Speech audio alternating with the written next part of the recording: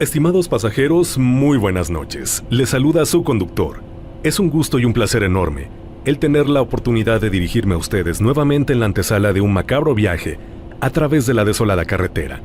En esta ocasión, tendremos relatos muy variados del terror.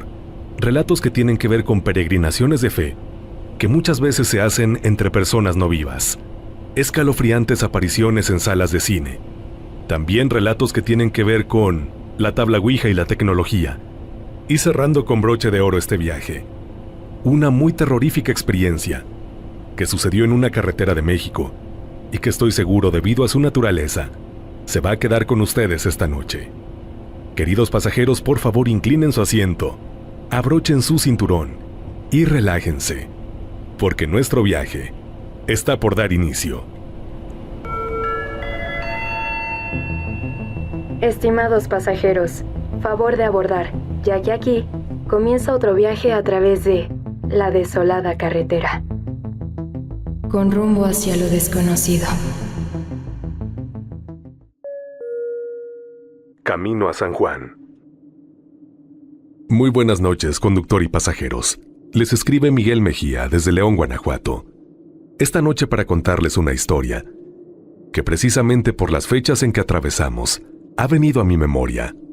Si ustedes no están familiarizados con este acto de devoción, conductor y pasajeros, quiero brindarles un poco de contexto.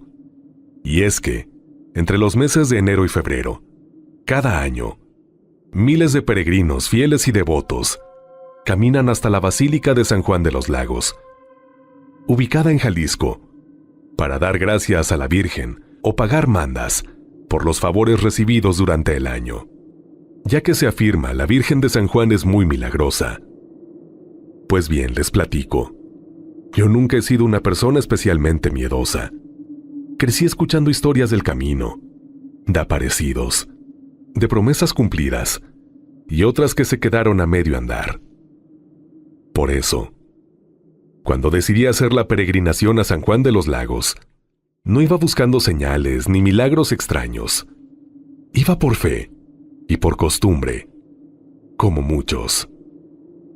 Salimos de noche, cuando el aire todavía corta la piel y los pensamientos pesan más que la mochila. Éramos un grupo grande, de esos que avanzan con rezos murmurados, pasos cansados y el sonido constante de los tenis golpeando el asfalto. Adelante, siempre adelante, iba un viejito. Lo noté desde las primeras horas. Caminaba solo, unos metros por delante del grupo, encorvado pero firme. Usaba un sombrero viejo de ala ancha y un bastón que apenas tocaba el suelo. Su paso era lento pero constante. Tan constante que, por más que apurábamos el paso, nunca lográbamos alcanzarlo. «Ahorita lo rebasamos», dijo alguien a mi lado. Pero no pasó. Conforme avanzaba la noche, el cansancio empezó a hacer mella. Algunos se quedaban atrás. Otros se adelantaban un poco. Pero el viejito siempre estaba ahí, a la misma distancia. Ni más cerca ni más lejos. Como si caminara en otro ritmo, uno que no obedecía al nuestro. Me llamó la atención su edad. No exagero al decir que parecía muy, muy anciano. La espalda casi doblada, el cuerpo delgado como una rama seca, y aún así no se detenía, no descansaba, no pedía agua, no volteaba. Varias veces pensé en acercarme para ofrecerle ayuda. Nadie debería caminar solo a esa edad, menos de noche, menos tantos kilómetros. Pero cada vez que intentaba acelerar el paso, algo me detenía. No era miedo exactamente, era una sensación extraña, como si el camino se alargara solo para él. El silencio de la madrugada empezó a pesar. Solo se escuchaban los pasos, alguna oración perdida y el viento cruzando los campos. A veces, juraría que el bastón del anciano no hacía ruido. Otras veces, parecía que su sombra no coincidía con la luz de las lámparas. ¿Quién es ese señor?, pregunté finalmente a una mujer que caminaba cerca de mí. Ella frunció el ceño y miró hacia adelante. ¿Cuál señor?, señalé. El viejito, el que va allá adelante desde hace rato. La mujer observó unos segundos y negó con la cabeza. Pues sí lo veo, pero pensé que venía contigo. No supe qué responder. Conforme amanecía, la figura del anciano seguía igual. No parecía afectarle el frío ni el cansancio. Mientras nosotros nos encogíamos, nos estirábamos, nos quejábamos en silencio, él avanzaba como si el camino no existiera. Nunca le vimos la cara. Siempre de espaldas. Siempre un poco más adelante. Cuando el sol comenzó a salir, algunos peregrinos se nos adelantaron. Jóvenes fuertes, decididos a llegar temprano a San Juan. Pensé que alguno de ellos lo rebasaría. Pero no. Ni siquiera ellos lograron alcanzarlo. Era como si el viejito perteneciera al camino mismo. Horas después, cuando por fin divisamos las primeras casas de San Juan de los Lagos, sentí alivio. El cansancio ya era profundo, de ese que te hace pensar solo en sentarte, en quitarte los zapatos, en dormir. Entramos al pueblo en grupo. El ruido volvió poco a poco. Carros, vendedores, campanas. Instintivamente, busqué al anciano. No estaba. Ni adelante, ni a los lados, ni detrás. Simplemente, no estaba. Ya vieron, dijo alguien. El viejito ya no llegó. Varios empezamos a comentar lo mismo. Algunos decían que quizá se había metido por otra calle. Otros pensaron que se había quedado atrás, pero nadie recordaba haberlo visto desviarse. Nadie lo vio detenerse. Era como si se hubiera desvanecido justo al cruzar la entrada del pueblo. El tema quedó ahí, ahogado por el cansancio y la emoción de haber llegado. Entramos al santuario. Dimos gracias. Encendimos veladoras. El ambiente era pesado y solemne. Yo no dejaba de pensar en esa figura adelantada, en ese paso imposible de alcanzar. Fue hasta más tarde, sentados en una banqueta, cuando alguien habló.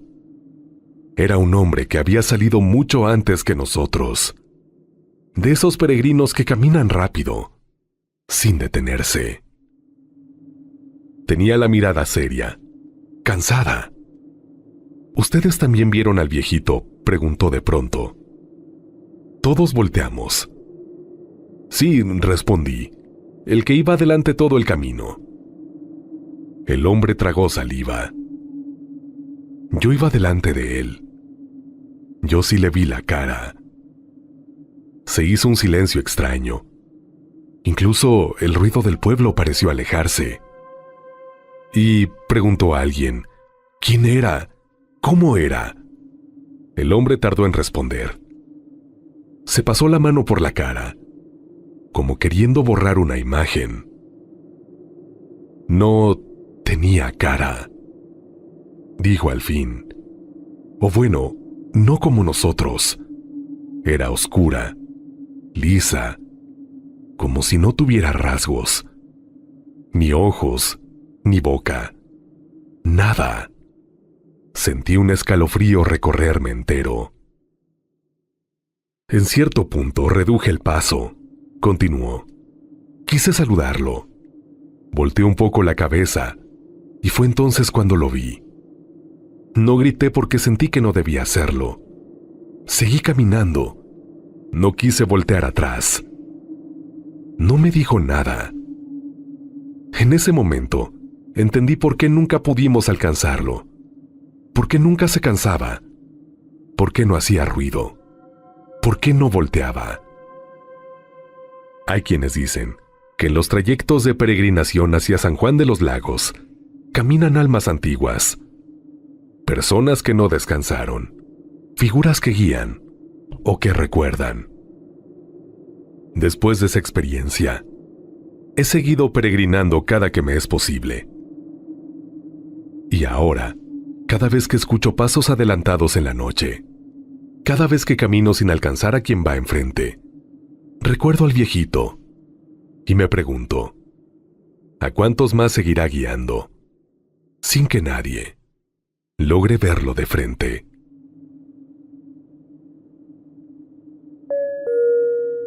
La última función.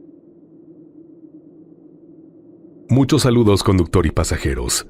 Les escribo desde Manzanillo, Colima. Mi nombre es Ernesto. Quiero confesarles que yo nunca he sido de asustarme con facilidad. Me gusta el terror, incluso el más crudo, porque siempre he pensado que mientras esté contenido en una pantalla, no puede tocarte.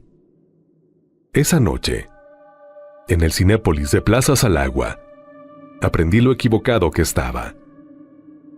Era ya tarde cuando mi pareja y yo compramos los boletos para la última función.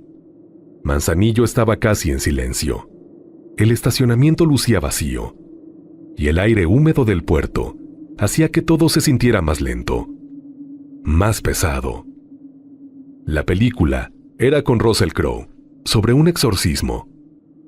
De esas que el tráiler prometen posesiones, rezos desesperados y risas demoníacas. Entramos a la sala y nos dimos cuenta de que estábamos solos. No había palomitas crujiendo, ni susurros, ni celulares encendidos. Solo nosotros dos.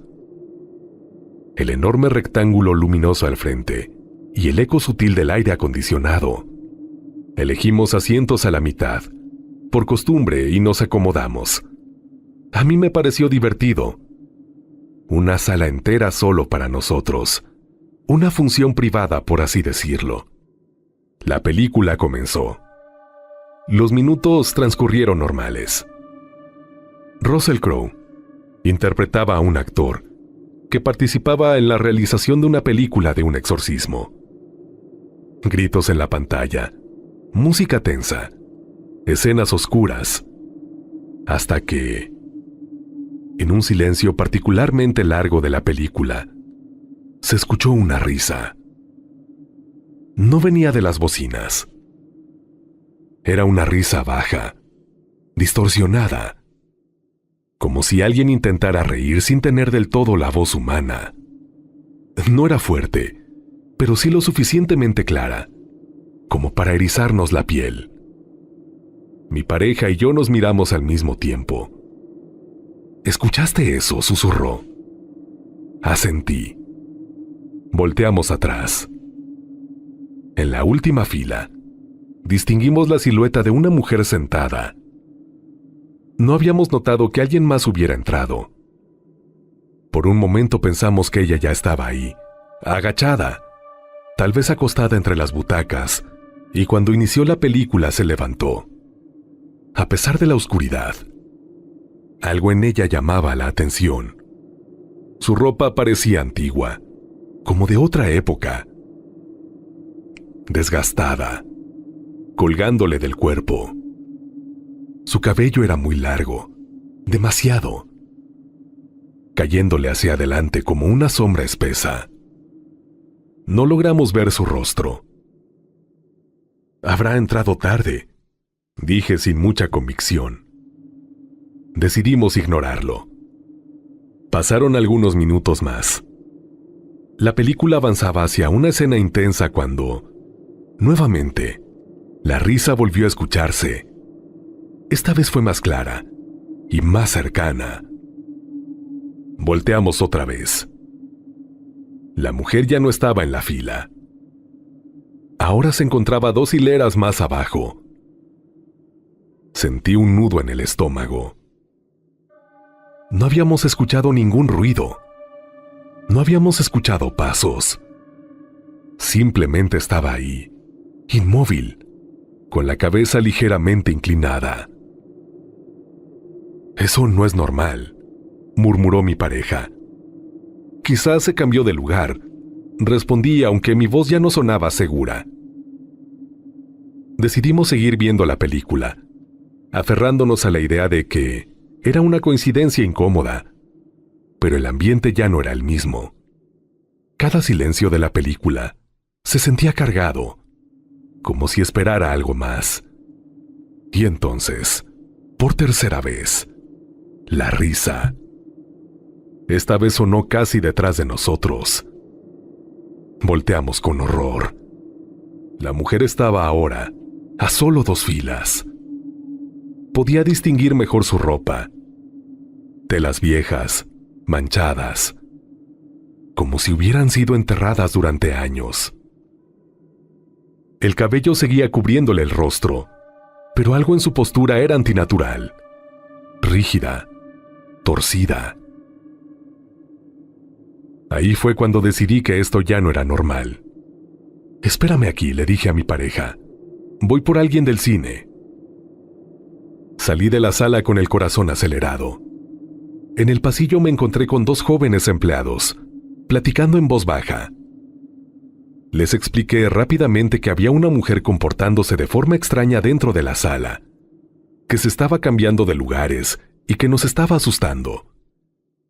Les dije que tal vez necesitaba ayuda, que quizá no estaba bien, que probablemente padecía de sus facultades mentales. Los 2 se miraron entre sí. Hubo un silencio incómodo. Uno de ellos, sin pensar demasiado, dijo en voz baja: «Ay, es la señora otra vez». El otro lo fulminó con la mirada. «Cállate», le dijo entre dientes. Yo sentí un escalofrío recorrerme la espalda. «No se preocupe», dijo el segundo forzando una sonrisa. «Vamos a revisar». Regresamos a la sala. Yo iba adelante. Cuando iba por el pasillo de acceso, algo me desconcertó. Mi pareja venía saliendo a toda velocidad. «Vámonos, vámonos ya», me dijo casi arrastrándome. «¿Qué pasó?», pregunté confundido. «Luego te digo. Por favor, vámonos». No miré atrás. Salimos del cine. Cruzamos al estacionamiento y nos subimos al carro. Hasta que cerró la puerta. Mi pareja comenzó a llorar. Entonces me contó. Me dijo que mientras yo había salido, la película quedó en silencio otra vez. Fue entonces cuando escuchó la risa. Ahora justo detrás de ella. Sintió algo posarse sobre su hombro. Una mano. Era helada, me dijo. No fría normal. Era un frío que dolía. Con terror volteó lentamente. La mano no era humana. Era calavérica. Con la piel pútrida pegada al hueso. Uñas largas y negras. En ese instante, una voz le susurró al oído. Distorsionada. Cavernosa. Disfruta la función. Arranqué el auto sin mirar atrás. Desde esa noche, no hemos vuelto a ir a la última función. Y cada vez que escucho una risa en el cine, miro de inmediato hacia atrás.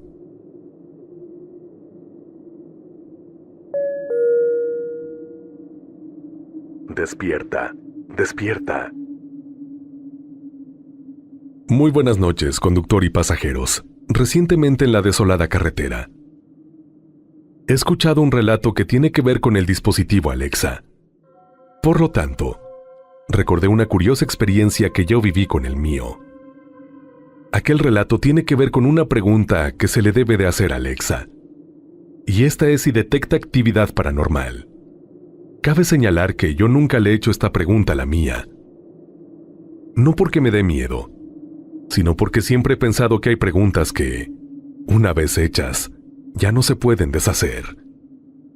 Soy aficionada a la Ouija desde hace años. No lo digo con orgullo ni con vergüenza. Simplemente es algo que forma parte de mi vida. He aprendido a ser cuidadosa, a respetar los rituales, a no jugar por aburrimiento. Para mí, la Ouija no es un juguete. Aquella tarde estaba fría y nublada. El tipo de tarde que se siente pesada, como si el aire estuviera cargado de algo invisible. Estaba sola en casa, envuelta en una cobija, mirando por la ventana sin hacer nada en particular. Sin pensarlo demasiado, dije en voz alta: Alexa, la tarde está padrísima para jugar Ouija. Hubo un pequeño silencio. Un segundo más de lo normal. Luego, con su voz habitual respondió: ¿Prefieres que te proponga algún juego de mesa? Me reí. Pensé que había sido una coincidencia. No le di importancia. Esa noche no jugué. Ni siquiera saqué el tablero. Me fui a dormir temprano, aunque con una sensación extraña, como si algo no terminara de acomodarse dentro de mí. Desperté en la madrugada. No sé qué hora era. La habitación estaba completamente a oscuras, y el silencio era tan profundo que me zumbaban los oídos. Estaba a punto de volverme a dormir cuando escuché la voz. «Despierta, despierta». Era Alexa. Abrí los ojos de golpe. El tono no era el mismo de siempre. Sonaba más lento, más bajo, como si alguien estuviera usando su voz con cuidado. «Luas, te está esperando». Me incorporé de inmediato. El corazón me latía con fuerza y sentí un frío que no tenía nada que ver con el clima. Miré hacia la mesa donde estaba el dispositivo. La luz estaba encendida, fija, sin parpadear. «Alexa, ¿qué dijiste?». No respondió. Esperé. Conté mi respiración. Pensé que tal vez había sido un error del sistema, una frase tomada de algún audio, alguna coincidencia absurda. Pero el nombre seguía repitiéndose en mi cabeza, una y otra vez. Luas. Me levanté de la cama y caminé lentamente hasta el closet. Abrí la puerta. En la parte más alta, guardado dentro de una tela negra, estaba mi tablero Ouija. Ese era el nombre con el que siempre se había presentado. Luas. No encendí la luz. No saqué el tablero. No volví a hablarle a Alexa esa noche. Regresé a la cama con la sensación de haber cruzado una línea invisible, una que yo no recordaba haber trazado.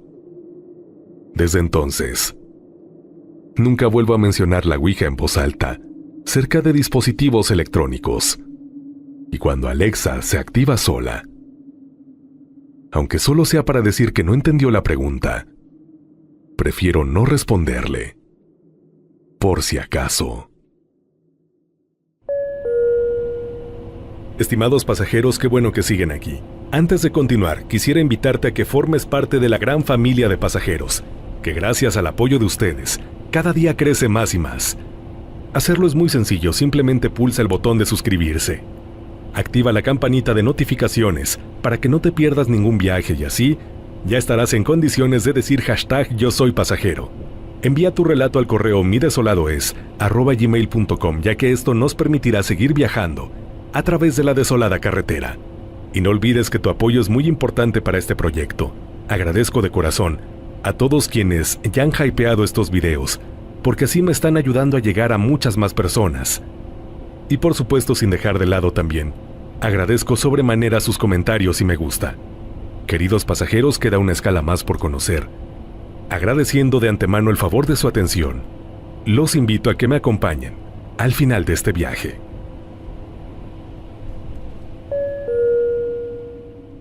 Solo quiero un aventón. Saludos, conductor y pasajeros. Mi nombre es Rafa Armendáriz. Yo llevo varios años trabajando como operador de tráiler. La carretera se vuelve tu casa, tu rutina, y con el tiempo también tu silencio. Uno aprende a manejar de noche, a leer las luces, a confiar en el sonido del motor y a ignorar el cansancio. Pero hay temas para los que nadie te prepara, por más kilómetros que cargues en la espalda. Esto que les voy a contar me pasó cuando salí del centro de carga de la Ciudad de México, con destino a Monterrey. Era un viaje más, de esos que ya te sabes de memoria. Este viaje lo haríamos en caravana un compañero y yo, cada quien en su unidad, comunicándonos de vez en cuando por el radio. La noche estaba tranquila, demasiado tranquila. Avanzamos durante horas sin novedad, hasta que ya entrada la madrugada, nos acercábamos a la zona de San Luis de la Paz. Fue entonces cuando mi compañero, el que iba adelante, me habló por el radio. «Oye, detente tantito», me dijo. «Me voy a parar delante del puente. Espérame un momento». Le respondí que estaba bien. Busqué un lugar para orillarme sin bloquear el paso. Así que libré una terracería y detuve el tráiler con cuidado. Apagué la música, dejé el motor encendido y me quedé esperando. Afuera no se escuchaba nada, ni autos ni viento, solo el sonido grave del diésel y el parpadeo tenue del tablero. Y fue entonces cuando pasó. No escuché la puerta, no sentí movimiento, no hubo advertencia alguna. Simplemente, ella estaba ahí. Cuando volteé instintivamente hacia el asiento del copiloto, vi que había una mujer sentada, vestida de blanco. Su cabello largo le cubría completamente el rostro, como si estuviera inclinado hacia adelante. No podía verle la cara, pero con la poca luz que salía del tablero, distinguí perfectamente su silueta. Mi cuerpo se congeló. No podía moverme, no podía gritar, no podía pensar. Mi mente se negó a aceptar lo que mis ojos estaban viendo. El corazón me golpeaba tan fuerte que sentía que se me iba a salir del pecho. Entonces ella habló. «No te espantes», dijo con una voz suave. «Tranquila. No te voy a hacer daño. Solo quiero que me des un aventón». No sé cómo, pero encontré fuerzas para responderle. Las palabras me salieron torpes, atropelladas, como si no fueran mías. «Mira, ¿sabes qué?», le dije. «Es que tenemos prohibido llevar gente. Mi patrón se puede enojar. Pero allá, más adelante está mi compañero. A lo mejor él sí te lleva». Hoy lo pienso y me pregunto por qué no dije otra cosa. ¿Por qué no grité? ¿Por qué no arranqué? Supongo que el miedo a veces te vuelve increíblemente educado o increíblemente tonto. Ella se quedó en silencio unos segundos. Luego respondió. Entonces, me bajo. Tragué saliva. «Sí, por favor», le dije casi en un susurro. Ella se movió con lentitud. Escuché cómo abrió la puerta del copiloto. Bajó sin hacer ruido. Cerró la puerta con cuidado, como si no quisiera molestar. Después comenzó a caminar por delante del tráiler. Yo me quedé inmóvil, agarrando el volante con tanta fuerza que me dolían las manos. Mis ojos no podían dejar de seguirla. Los faros la iluminaron por completo. Y fue ahí cuando vi algo que me heló la sangre. En ese momento lo único en que pensé fue en irme. No me acordé de mi compañero. No me acordé del radio. No me acordé de nada. Metí velocidad y arranqué de ahí como si el diablo me viniera persiguiendo. A los pocos segundos rebasé el tráiler de mi compañero. Apenas lo vi, pero no me detuve. No pude. Las manos me temblaban tanto que apenas podía mantener el control del volante. Entonces el radio sonó. ¿Qué onda?, me dijo. ¿Por qué te fuiste así? Respiré hondo. Dudé, pero al final se lo dije. Le conté todo, desde el momento en que me detuve, hasta la mujer vestida de blanco que apareció en mi unidad. Hubo un silencio largo al otro lado. No manches, respondió al fin. Yo también la vi. Sentí que el estómago se me caía. Me dijo que por eso se había detenido delante del puente, que había visto a esa mujer caminando sola por la carretera y pensó que necesitaba ayuda, pero que de un momento a otro la perdió de vista, como si se hubiera desvanecido. Seguimos manejando en silencio el resto del trayecto. Ninguno quiso volver a hablar del tema. No esa noche. Pero, conductor y pasajeros, hay algo que no le dije por el radio a mi compañero. Algo que me guardé hasta ahora. Y desde esa noche, cada vez que paso por San Luis de la Paz, no me detengo. No importa si estoy cansado. No importa la hora. No importa nada. Porque después de esta experiencia me quedó claro que en esa carretera todavía hay alguien pidiendo aventón y que no todos los pasajeros pertenecen a este mundo. Pues bien, pasajeros, cuando esa mujer bajó de mi tráiler y caminó frente a los faros, pude verla completa. Su vestido blanco no era nuevo, era viejo, derruido, como si llevara décadas arrastrándose por la carretera. Estaba sucio, rasgado, casi deshaciéndose. Su cabello era largo, enmarañado. Le llegaba a la mitad de la espalda como un velo negro. Y entonces noté algo imposible. Ella no caminaba. Sus piernas no eran normales. No había piel. No había músculo. Solo eran dos fémures blanquecinos, desnudos, sosteniéndose en el aire. Flotaba apenas unos centímetros sobre el asfalto, avanzando sin tocar el suelo. Ahí entendí por qué no escuché la puerta. Ahí entendí por qué no hizo ruido al ascender a mi unidad. Sin embargo, lo que más me impactó, conductor y pasajeros, fue que no movía los pies. Porque no tenía pies.